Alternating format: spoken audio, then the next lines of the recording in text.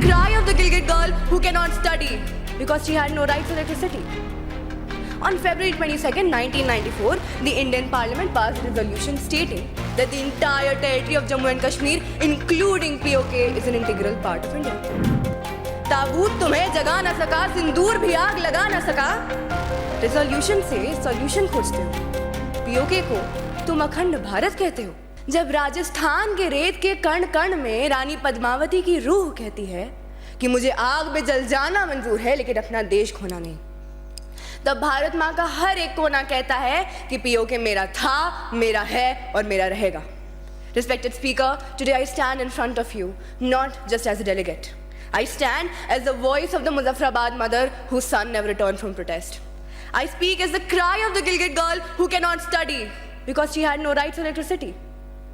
On February 22nd, 1994, the Indian Parliament passed a resolution stating that the entire territory of Jammu and Kashmir, including POK, is an integral part of India. But it's been almost 30 years. क्या बदला? कुछ नहीं.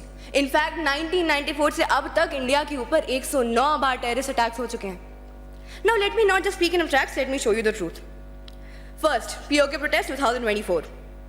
Mirpur, Muzaffarabad, Rawalakot ने India के नाम के posters लगाए, we want India के नारे लगाए और इसके बदले में पाकिस्तान की सिक्योरिटी फोर्सेस ने अपने ही सो कॉल्ड लोगों पे गोलियां चला दी, जिसमें से 4 लोग मारे गए और 70 से ज़्यादा लोग घायल हो गए. Second, human right abuse. Gilgit Baltistan को पाकिस्तान ने एक्सप्लॉइट किया है by forcing the locals to pay 60 rupees per unit for electricity which actually cost just ₹2.6. Third, Pakistan hypocrisy. While lecturing international forums, Pakistan itself harasses minorities. In fact, Pakistan की खुद की high court ने ये कहा है कि POK is a foreign territory. मतलब ये कि पाकिस्तान ये खुद एक्सेप्ट करता है कि POK उसके अंडर नहीं आता. It doesn't belong to Pakistan. And let me make one thing very clear.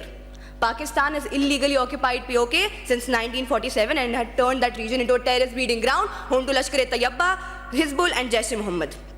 Also, POK has become a terror capital. Be it the attack in Pahalgam, where the massacre was planned in the Muzaffarabad region with the help of TRF and ISI, or be it the bloodshed in Punj. और इन सब के बावजूद पाकिस्तान के पास ना कोई सबूत है, ना कोई जवाब, सिर्फ एक खामोशी है. और जब जवाब देने की बारी आई तो पाकिस्तान ने ये कह दिया कि जाके सोशल मीडिया देख लो. ये कोई डिप्लोमेटिक जवाब नहीं है. ये दिखाता है कि उनके पास ना सच है ना सबूत, केवल फ्रॉड्स हैं. Although the Resistance Front, Pakistan's backed terror group, has been declared terrorist organization by US, but the 22nd February 1994 resolution demands more than just a declaration, ladies and gentlemen. It demands that India should take the POK issue to the ICJ under Article 36, क्योंकि ये कोई bilateral matter नहीं है. Also, last but not the least, जब हम POK जैसे national मुद्दे की बात करते हैं तो हमें देश हित को ऊपर रख के पार्टी पॉलिटिक्स को नीचे रखना होगा. The government must build a strong national consensus across all party lines.